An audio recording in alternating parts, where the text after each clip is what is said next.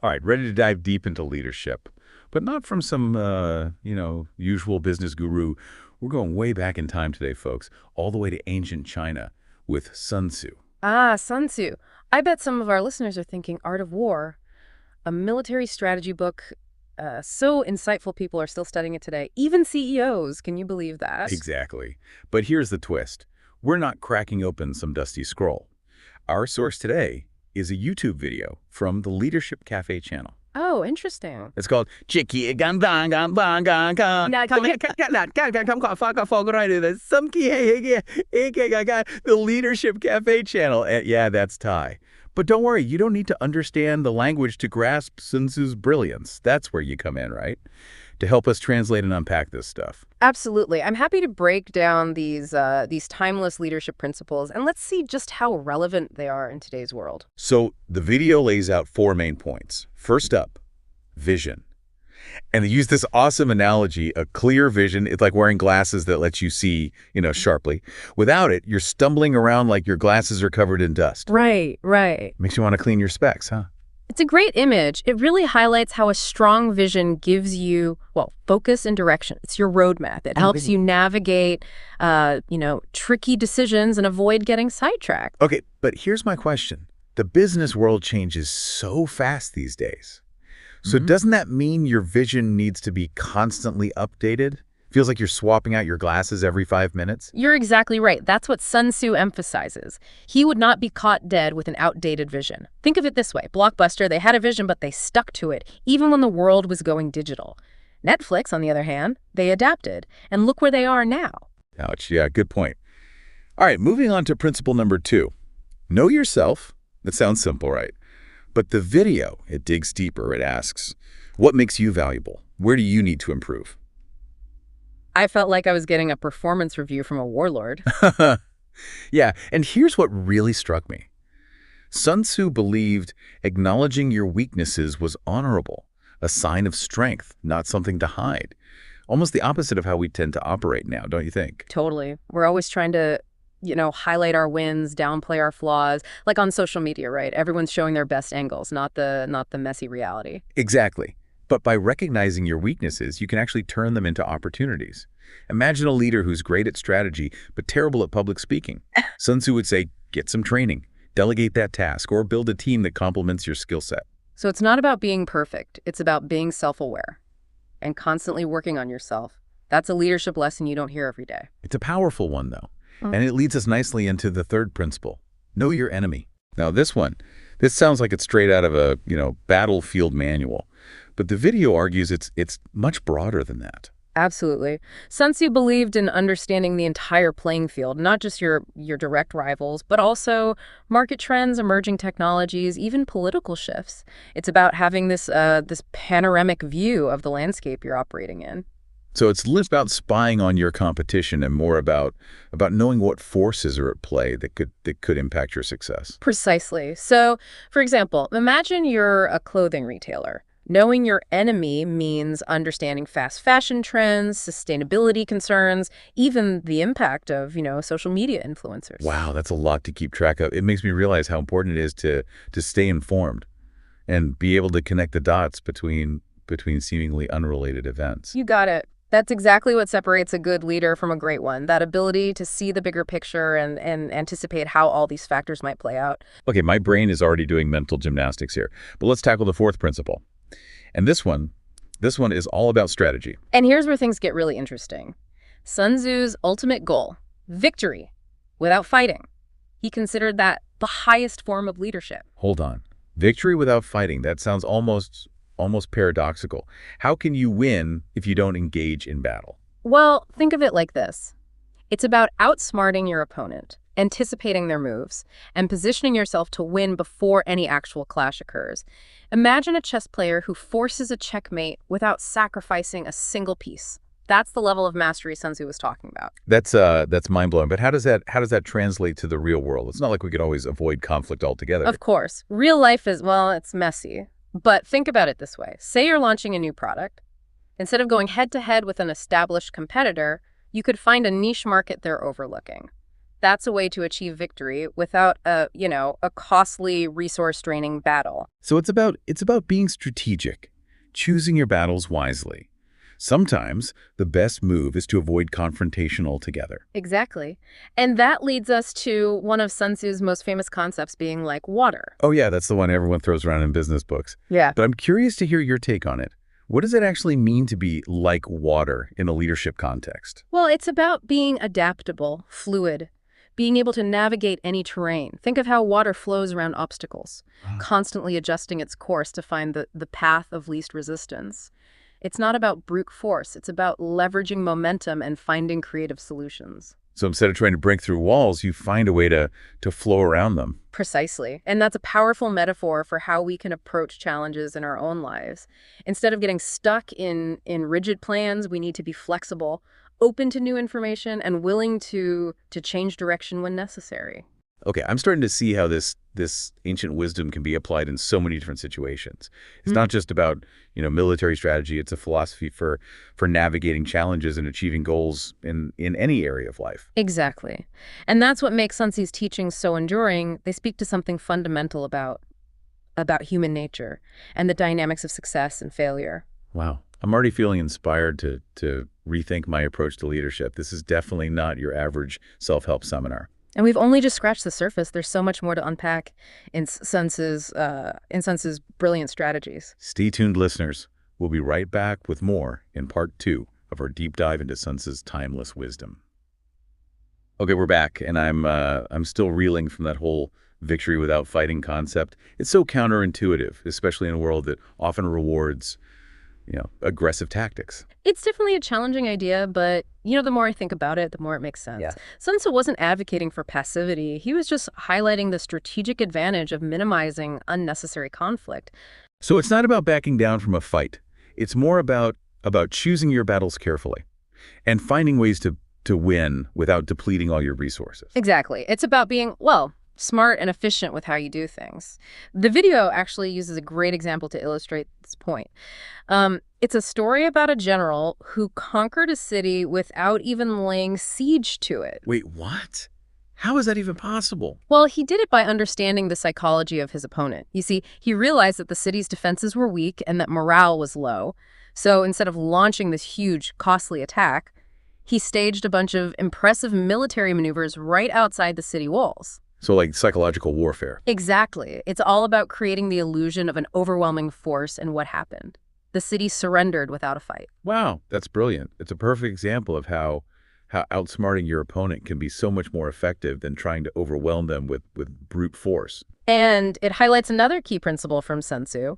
It's all about using your resources wisely. Sun Tzu stressed that every action should be calculated, minimizing waste and maximizing impact. Work smarter, not harder. Exactly. He believed that a skilled leader could achieve so much more, even with fewer resources, by just being strategic and efficient. It makes me think of all those stories about startups disrupting whole industries with very limited resources. Yeah. They're somehow able to outmaneuver these huge, well-established companies just by being innovative and finding creative solutions. They're the modern-day embodiment of Sun Tzu's philosophy. They're not afraid to challenge the status quo, and they totally get the power of leveraging their strengths to achieve maximum impact. It's like they're playing a whole different game, one where agility and resourcefulness are the real keys to success. And that ties in beautifully with the concept of being like water. Remember how we talked about water's ability to flow around obstacles? It's constantly adjusting its course to find, the path of least resistance. Yeah, I'm starting to see how that metaphor, how it goes so much deeper than just being flexible. It's about really understanding the terrain, anticipating those challenges, and even using those challenges to your advantage. Exactly. And the video really emphasizes the momentum of water. Think about how a river, how it carves its path through the landscape. It doesn't fight the rocks, it flows around them. It gradually shapes the terrain to its will. That's a powerful visual. It's like a metaphor for how we can approach challenges in our own lives, right? Right. We don't always have to confront things head on. Sometimes it's about being patient, being persistent, and finding a way to navigate around them. And that's where Sun Tzu's emphasis on really understanding the entire landscape comes into play.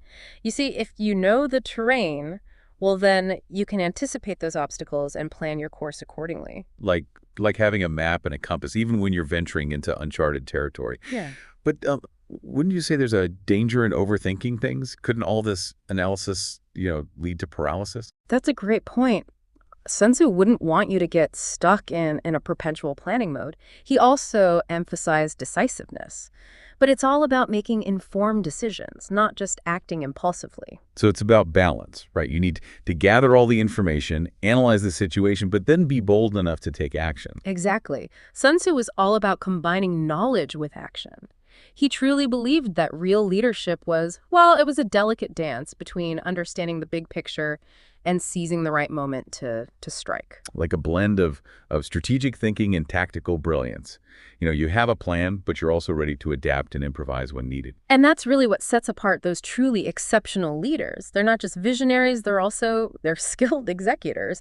They can take those grand strategies and turn them into tangible results. Wow, I'm starting to feel like I'm getting a masterclass in Sun Tzu's leadership secrets here. What stands out to you as the most valuable takeaway from all of this? For me, it's the importance of seeing challenges as opportunities. Sun Tzu believed that every obstacle, every setback, well, it could be turned to your advantage if you just approach it with the right mindset. It's about finding that hidden potential in every situation. That's a huge shift in perspective. It's not about wishing for an easy path. It's about embracing those challenges and using them to fuel your growth and your success. And that brings us back to that fundamental idea of victory without fighting. It's not about avoiding conflict altogether. It's about finding the most strategic, the most effective way to achieve your goals, even when faced with these seemingly impossible obstacles. This has been an incredible deep dive into Sun Tzu's mind, but I have a feeling, there's still more to uncover. You're absolutely right. Stay tuned, listeners. We'll be right back with the final part of our deep dive. We'll be exploring the lasting impact of Sun Tzu's wisdom and how it can guide us in navigating our own complex world.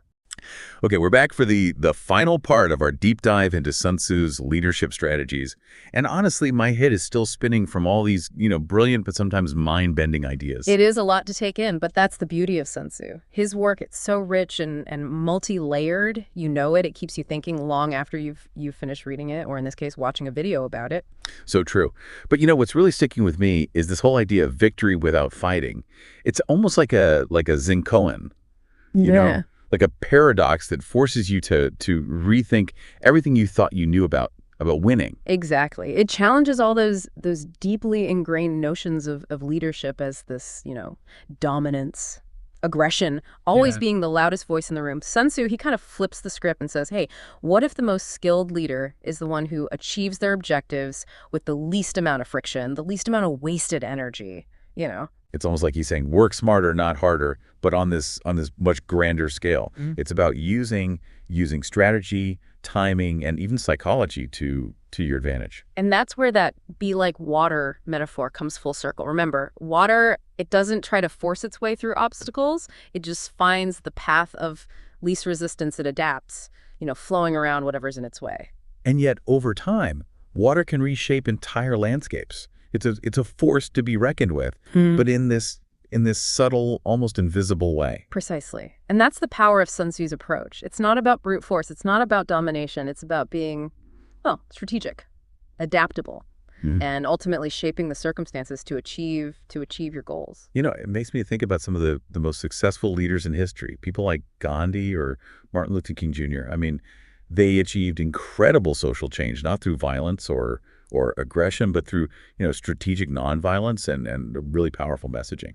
Those are brilliant examples. They really understood the power of leveraging their opponent's strengths against them, using public opinion and moral authority to achieve their objectives. It's almost like they embodied that victory without fighting principle on a societal level. They changed the course of history not by engaging in these huge physical battles, but by shifting the entire conversation. And that's the legacy of Sun Tzu, right? I mean, his wisdom, it transcends the battlefield. It's this philosophy for navigating challenges and achieving goals in any arena of life. So if we were to distill all this down into one key takeaway for our listeners, what would it be?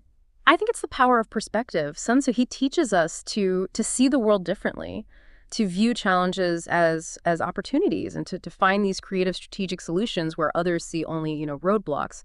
It's about cultivating that water mindset, being adaptable, resourceful, Hmm. and always seeking, the path of least resistance towards your goals. I love that. It's a great reminder that true leadership isn't about always being the strongest or the loudest. It's about being the most strategic, the most adaptable, and the most resourceful. And it's a journey of continuous learning and self-improvement.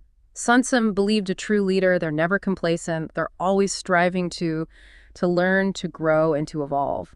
So it's not about reaching some final destination of perfect leadership.